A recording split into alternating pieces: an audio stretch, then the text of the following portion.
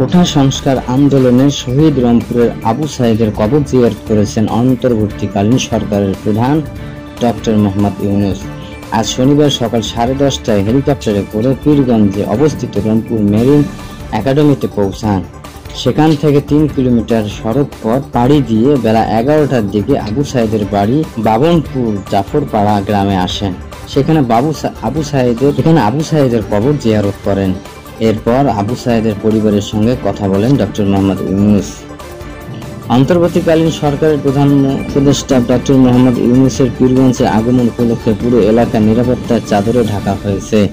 সড়কের মোড়ে, মাঠে সেনাবাহিনী ও বিজিবির সদস্যরা কঠোর পাহারায় রয়েছেন। পুরো এলাকায় হাজার হাজার মানুষের সমাগম হয়েছে। এর আগে বৃহস্পতিবারে দেশে ফিরে বিমানবন্দরে ডক্টর মোহাম্মদ ইউনূসের আবু সাঈদের কথা স্মরণ করে আবেগ আপ্লুত হয়ে পড়েন। তখন তিনি বলেন, আজকে আবু সাঈদের কথা মনে পড়ছে আমাদের, যে আবু সাঈদের ছবি বাংলাদেশের প্রতিটি মানুষের মনে গেঁথে আছে। এটা কেউ ভুলতে পারবে না।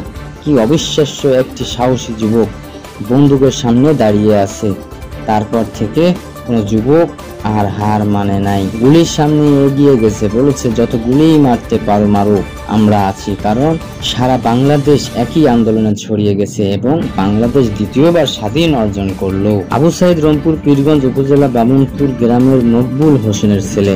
তিনি বেগম রোকেয়া বিশ্ববিদ্যালয়ের ইংরেজি বিভাগের 12 ব্যাচের শিক্ষার্থী এবং কোটা সংস্কার আন্দোলনের অন্যতম সমন্বয়ক ছিলেন। গত 16 জুলাই বিশ্ববিদ্যালয় সংলগ্ন পার্ক মোড়ে পুলিশ ও ছাত্রলীগের যুবলীগের সংঘর্ষে শিক্ষার্থীর সংঘর্ষ হয়। এক পর্যায়ে প্রকাশ্য গুলি করে আবু সাঈদকে হত্যা করা হয়। 17 জুলাই বামনপুরে গ্রামের বাড়িতে দাফন করা হয় তাকে।